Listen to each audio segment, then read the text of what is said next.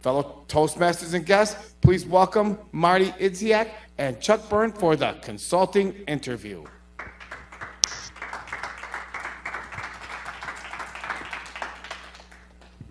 Have a seat, please, Marty. Is it Martin Idziak? How do you... Idziak. That's the American pronunciation of it, at least. Oh, what ethnicity is that, might I ask? The Polish pronunciation, if you want to know, is Idziak. Jack, well, thank you. Marty, let's see, you've been with your current company now for 3 months? Is that correct? Yes, 3 months. Started on December 3rd. And what brings you here today?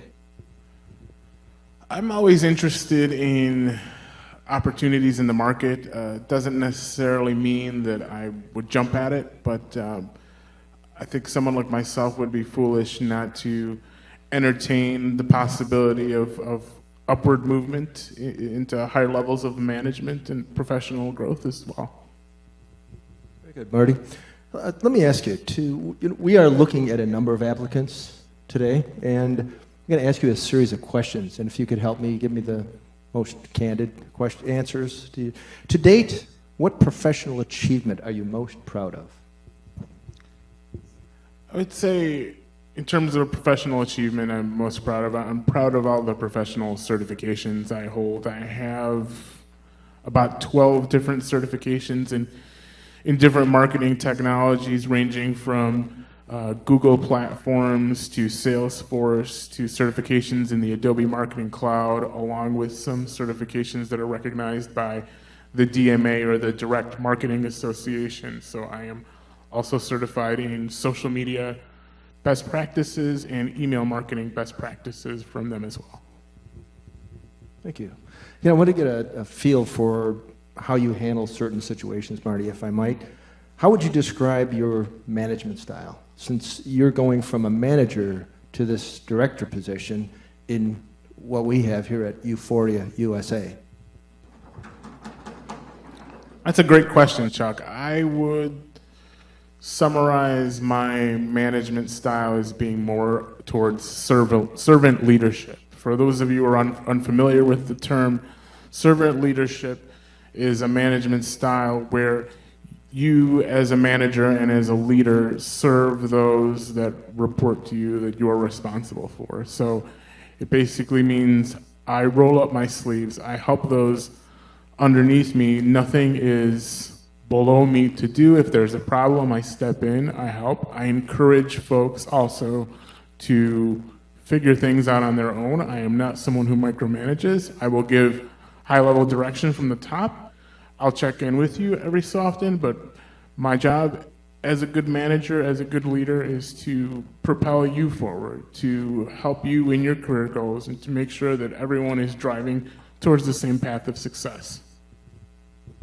Thank you, Marty. What 3 words would you use to describe your ideal work environment? Another great question. 3 words that I'd use to describe my ideal work environment. Fun. A lot of people think of work as drudgery. I don't want to get up to go to work. I got to get in traffic. If it's fun, it's not work. Second one is collaborative.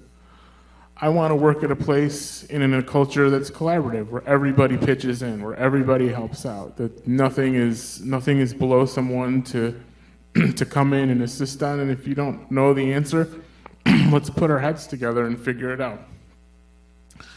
And the third one is rewarding. A lot of times in my career, I've been in companies and places where folks aren't rewarded for their efforts, whether it's not getting a promotion or not getting a bonus. I think in today's marketplace, especially in the digital marketing world, it's very competitive. I think if you want to attain and retain the best talent, you need to have a compensation structure that rewards top talent. That includes compensation that is within and maybe even above the market range if you're looking to grab someone who's really, really successful and has skills, and also a good array of benefits and a bonus structure as well. Marty, I'm looking at your resume here, and I see that you're a member of a Toastmasters club. Are you an alcoholic? Do you drink a lot, or what is this exactly?